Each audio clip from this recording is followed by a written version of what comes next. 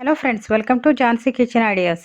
మనలో non veg తినేవారందరికీ biryani పేరు చెప్పగానే ఖచ్చితంగా నోరు ఊరుతుంది. ఆ విషయానికి వస్తే నాన్ వెజ్ తినేవారే కాదు, వెజిటేరియన్ తినేవారికి కూడా బిర్యానీ పేరు చెప్పగానే నోరు ఊరుతుంది. అయితే ఈ బిర్యానీలలో old famous Hyderabadi chicken dum biryani. ఇది ఓల్డ్ ఫేమస్ అయినప్పటికీ కూడా ఆ బిర్యానీ పుట్టింది మాత్రం తెలంగాణలోని హైదరాబాద్లోనే. అయితే తమిళనాడు దగ్గరకు వస్తే దిండుగల్ తలపాక్ కట్టు బిర్యానీ చాలా ఫేమస్. ఆ తర్వాత ఆంధ్రప్రదేశ్ విషయానికి వస్తే రాజుగారి కోడి పలావ్ చాలా ఫేమస్. పర్టికులర్గా ఈస్ట్ అండ్ వెస్ట్ గోదావరి జిల్లాల్లో ఈ రాజుగారి కోడి పలావ్ను చాలా ఇష్టంగా తింటారు. ఈ రాజుగారి కోడి పలావ్ చేసే విధానం హైదరాబాదీ దమ్ బిర్యానీ చేసే విధానం కంటే కాస్త డిఫరెంట్గా ఉంటుంది. ఈ పలావ్ని ఈజీగా ఎలా చేసుకోవాలో నీట్గా ఎక్స్ప్లెయిన్ చేసి చూపిస్తాను.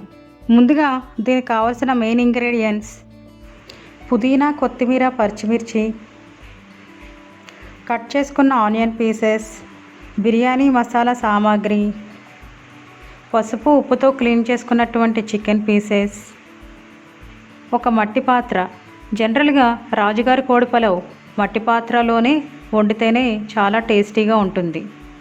ముందుగా ఒక మిక్సీ జార్ని తీసుకుని నీట్గా క్లీన్ చేసుకున్నటువంటి పుదీనా, కొత్తిమీర, పచ్చిమిర్చి వేసి మెత్తగా పేస్ట్ చేసుకోవాలి.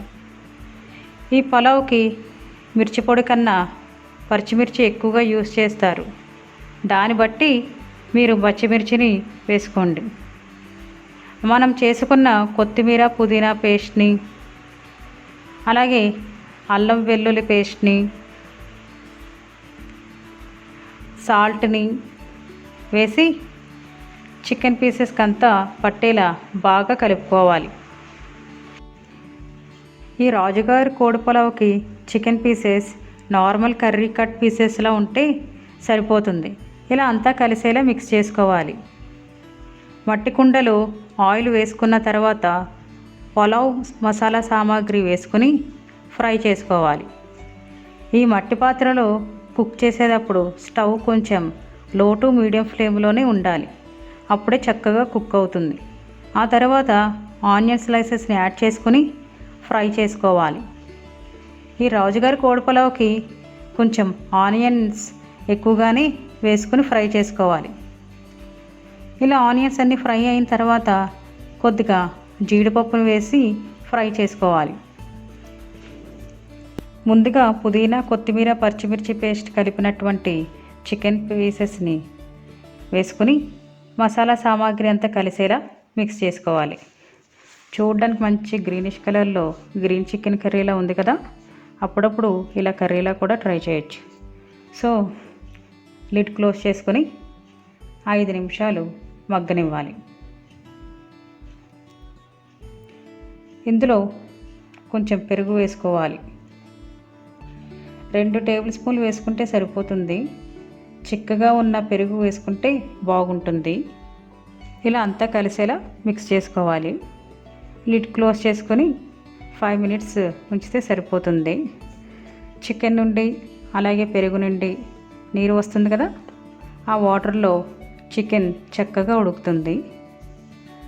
ఇప్పుడు ఇందులో వాటర్ని యాడ్ చేసుకోవాలి. ఇప్పుడు వాటర్ ఎలా అంటే బియ్యం ఎంత తీసుకున్నామో వాటర్ కూడా అంతే యాడ్ చేసుకోవాలి. ఎందుకంటే దీనిలో పెరుగు, చికెన్ నుండి వాటర్ వస్తుంది కదా, బాగానే కుక్ అవుతుంది. 1 గ్లాస్ రైస్కి 1 గ్లాస్ వాటర్ వేసుకుంటే సమానంగా రెడీ అవుతుంది పలావ్. సాల్ట్ కూడా యాడ్ చేసుకొని కలుపుకోవాలి. గంట సేపు నానబెట్టినటువంటి బాస్మతి రైస్ని యాడ్ చేసుకొని అంతా కలిసేలా నెమ్మదిగా మిక్స్ చేసుకోవాలి, లేదంటే రైస్ విరిగిపోతుంది. మామూలుగా రాజుగారి కోడి పులావ్లో చిట్టుముత్యాల రైస్ వాడుతారు, కానీ నా దగ్గర అవి లేవు కాబట్టి బాస్మతి రైస్ వాడుతున్నాను. ఇప్పుడు లిడ్ క్లోజ్ చేసుకుని ఒక 15 నుంచి 20 నిమిషాల్లో రెడీ అయిపోతుంది. కొంచెం లో ఫ్లేమ్లో కుక్ చేసుకోవాలి. ఒక 80% కుక్ అయిన తర్వాత ఉడకపెట్టినటువంటి ఎగ్స్ వేసి నెయ్యి వేసుకొని దమ్ చేస్తే రాజుగారి కోడి పలావ్ రెడీ అయిపోతుంది. రాజుగారి కోడి పలావ్లో బాయిల్డ్ ఎగ్స్ చాలా బాగుంటాయి. ఇలా ఒక 10 నిమిషాల తర్వాత ఓపెన్ చేస్తే అంతా బాగా కుక్ అయింది. దీన్ని మనం వేరే బౌల్లో సర్వ్ చేసుకునే దానికన్నా ఇలా ఉంచి ఎప్పుడు మనం తింటున్నామో అప్పుడే అలా సర్వ్ చేసుకుంటే టేస్టీగా ఉంటుంది. ఈ రాజుగారి కోడి పలావ్ మరీ పొడుపుల్లాడుతూ ఉండదు. ఇందులో కొంచెం ఆనియన్స్ ఎక్కువగా వేసుకుంటాం కాబట్టి కొంచెం తడిగానే ఉంటుంది. ఈ పలావ్లో బేసిక్గా చికెన్ ఎంత తీసుకుంటామో అంతే రైస్ తీసుకుంటారు సమానంగా.